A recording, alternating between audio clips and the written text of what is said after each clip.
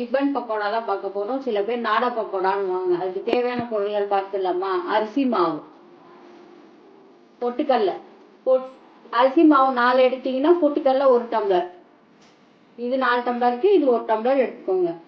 அப்புறம் என்ன பண்ணோம், மிளகா, நான் இது மலைப்பூண்டு 2த்தையும் அரைச்சி இது மாதிரி வடிகட்டி வச்சிருக்கேன், தண்ணி மட்டும். வெண்ணெய், பொரிக்கிறதுக்கு எண்ணெய், பெருங்காயம் கொஞ்சமாக போட்டுக்கோங்க, உப்பு தேவையான அளவு. மாவு பிசைறதுக்கு முதல்ல எண்ணெய் ஊற்றிக்கலாங்க, எண்ணெய் காய வச்சுக்கலாம். அதுக்கப்புறம் மாவு பிசைஞ்சிக்கணும்.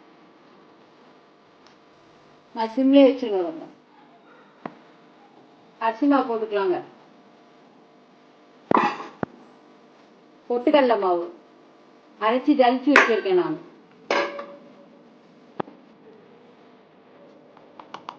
உப்பு உங்களுக்கு எவ்வளோ வேணுமோ அவ்வளோ போட்டுக்கோங்க, உங்கள் டேஸ்ட்டுக்கு ஏற்ற மாதிரி. பெருங்காயம் கொஞ்சமாக போட்டுக்கோங்க. வெண்ணெய் போட்டு இது முதல்ல மிக்ஸ் பண்ணிக்கோங்க. இந்த மாதிரி மிக்ஸ் பண்ணிக்கோங்க. மிக்ஸ் பண்ணதுக்கப்புறம் உங்கள் காரத்துக்கு ஏற்ற மாதிரி ஊற்றிக்கோங்க, நிறைய ஊற்றிடாதீங்க. கொஞ்சமாக ஊற்றிட்டு அப்புறம் வேணா தண்ணி ஊற்றி பிசைஞ்சுக்கோங்க. இந்த பாருங்க, இந்த மாவு பதத்துக்கு பிசைஞ்சுக்கோங்க.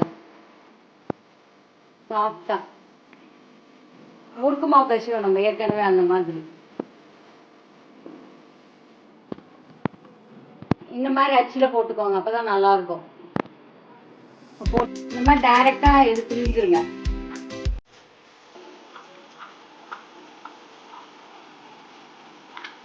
கொஞ்சம் கொஞ்சமா பிரிஞ்சுக்கோங்க.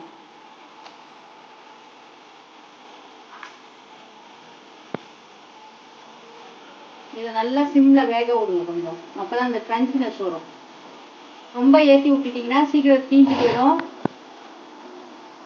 கருகிடும்.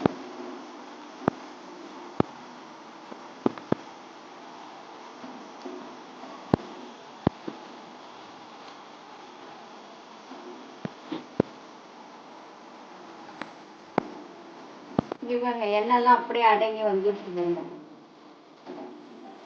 இந்த மாதிரி வரும்போது எடுத்துட்டீங்கன்னா நல்லா இருக்கும். கலரும் மாறல பாருங்க, சிம்ல கொஞ்சம் சிம்ல வச்சு போட்டதுனால கலரும் மாறல, கரெக்டா இருக்கு. நீங்க போட்டிங்க இல்ல ஹைல வச்சு போட்டீங்கன்னா சீக்கிரமா அதாயிடும், தீந்துடும்.